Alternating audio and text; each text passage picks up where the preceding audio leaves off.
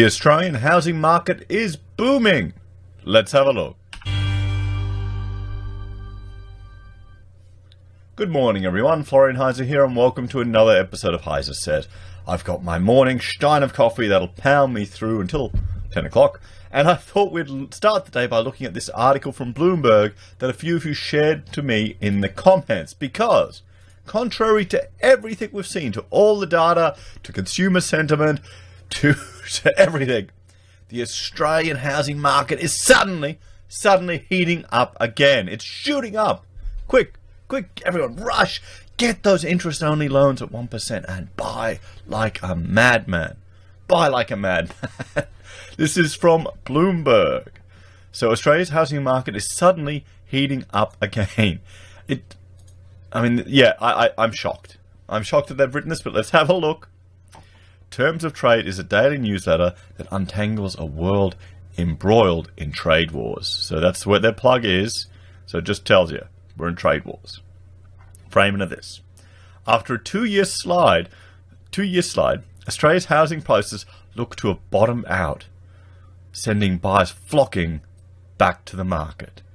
Case in point. So here we go. They're giving us a case study. So it isn't just random stuff they're picking out of the air. And I've got to have a coffee before I get into this. An auction for a 4-bedroom house in the Sydney suburb of Ryde on Saturday attracted about 100 people. Sprinted bidding pushed offers $226,000 above the reserve price before it finally sold for an almost $1.5 million, a buzz last seen during the boom years. Wow, $1.5 million for a 4-bedroom house in Sydney. Okay, a lot more people are now getting concerned that things are going to go up in the next 6 to 12 months. So they're trying to buy now, said real estate agent Phil Allison, who handled the sale. As recently as 6 months ago, it was difficult to elicit a single bid at an auction for a house just around the corner, he said. Wow, so we've got one case study. And that's it, guys. It's all over. You've missed your opportunity. It's bottomed out. The market's completely bottomed out, and it's just shooting up now. It's shooting up. The sudden turnaround in sentiment can be traced to 3 factors. The central bank's back-to-back interest rate cuts, which have pushed mortgage rates to record lows, the regulator's loosening of mortgage stress tests, and the surprise re-election of Scott Morrison's government in May, which killed off the opposition Labor Party's plan to wind back tax breaks for property investors. Okay, so the back-to-back interest rate cuts have, I would say, clearly had a dampener on consumer confidence. It's heading down. Mortgage rates at record lows. Yeah, 1%. That's, it's saving a lot of people additional money, which I guess is a good thing. But most people, I think, are just plowing it back into their mortgage. What is scary is this one here. The regulator's loosening of mortgage stress tests. Okay, I've spoken in previous episodes about people that are in arrears, and we just had the Royal Commission. Does everyone forget we had a Royal Commission into the banking industry where they found all these dodgy practices? The banks, some brokers were fraudulently putting together expense claims. The banks were intentionally having dodgy ways of assessing people's expenses, and now they're loosening it. So,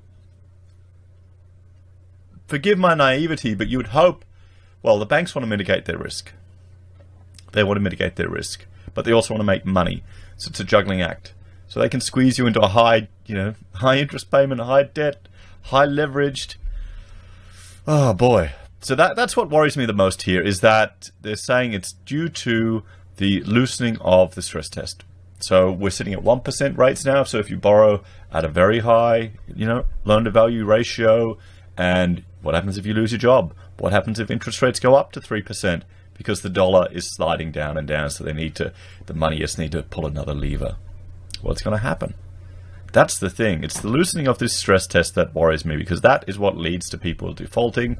That's what right now we already have people in mortgage stress. So the surprise re-election of Morrison, yes, that makes a lot of sense. There's a buzz there from that.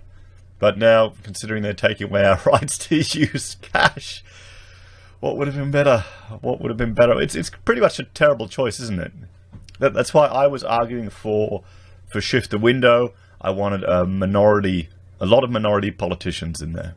I wanted a hodgepodge of different politicians, even if you don't agree with them, just so they can fight, can slow down the push for Parliament to put through crazy things, and they need to reach consensus in our chambers.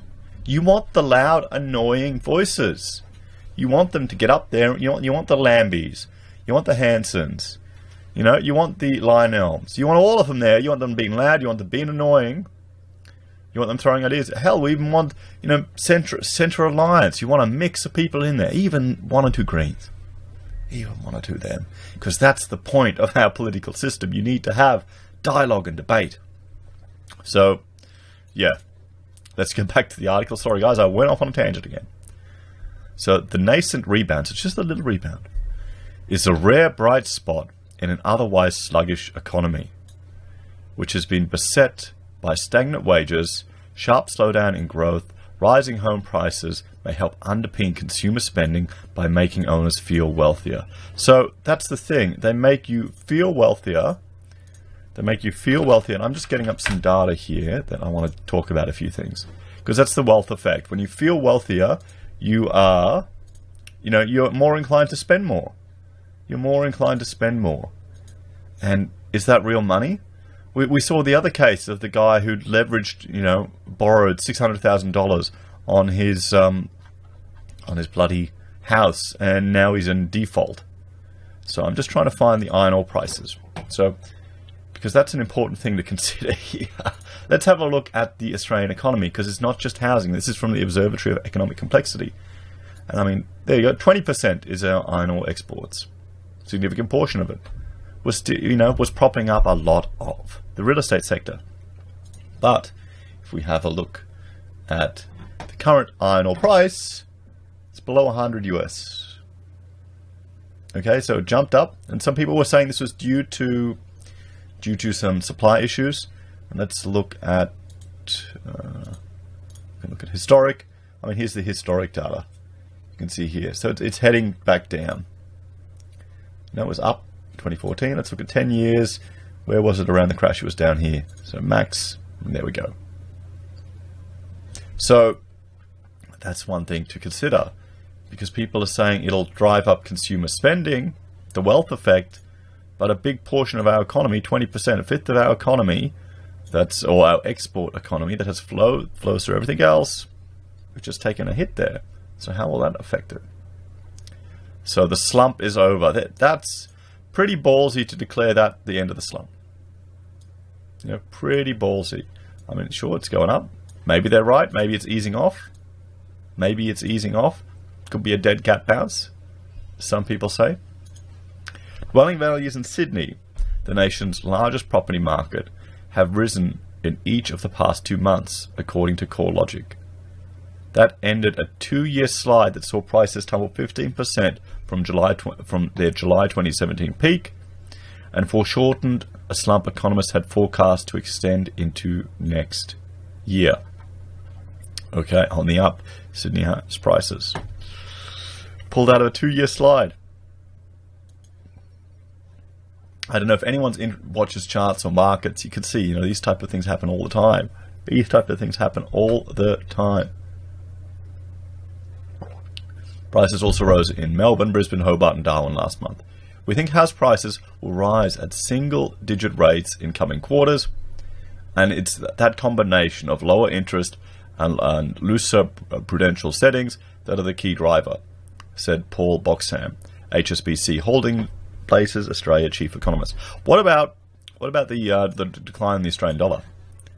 How is that going to have a effect on it? Do you think it would, with more foreign buyers, although foreign investment has dropped off? Commonwealth Bank of Australia, the nation's largest home lender, also says the housing market has turned the corner. We feel like the housing market is starting to stabilise and may slightly improve from here, Chief Executive Officer Matt Cohen said Wednesday, as the bank announced its earnings. We see modest price increases and a modest increase in credit growth overall. Still expensive. Yeah, this is the problem. This is the problem. They haven't reached a reasonable price level with relation to household earnings. They've not. The upward upswing in prices has also revived a fear of missing out among home buyers. That's the problem. The fear of missing out. That means people make emotional decisions. Last seen during a frenzied boom that pushed Sydney prices up 75% since 2020 and mid-2017. Clearance rates at auctions, the most common way of selling a house in Australia, climbed to 75% in the city for the first week of August compared to 52% a year ago. Okay, yeah, cool, but we need to know what the hard numbers are. So, still, the rebound isn't good news for everyone. Despite the 2-year slump, Sydney is still home to one of the world's most expensive property markets, with a median house price of $864,000 according to CoreLogic. Even now, home values are only back to where they were in early 2015. So here we've got an example, and it's kind of a bit funny. We decided to have a family home and buy later. Now we're out of the market. Okay, so it's the typical story where they're out of the market. Well, maybe you need to look at something else, guys. Maybe you need to move somewhere else. Queensland's nice. And not everyone is convinced the property market has bottomed. More houses may soon hit the market as the peak spring selling season starts, and Sydney and Melbourne are set to be swamped by a glut of apartments, potentially making it a buyer's market again. Yes. Yep. I mean, the market hasn't reached full saturation yet, guys. Hasn't reached full saturation. So when spring comes and there's more stock in the market, that will be the true test, said Allison, the real estate agent, adding that he isn't getting too carried away just yet, except for Bloomberg claiming that it's all over and we're heading right up again, guys. You know, shoot up to Lambo. The crypto people will know that. Lambo when? When Lambo? Anyway, guys, let me know what you think. Do you think this is a sign that it's corrected and it's over? Do you think it's a dead cat bounce? Are you rushing out to buy to get your $1.5 million Sydney 4-bedroom house? I mean, if people knew how cheap these bloody things were to build. Seriously. Anyway, guys, like, share, and subscribe. Ding the bell to see my tri-daily content at the moment. And enjoy your coffee. I'll see you all later.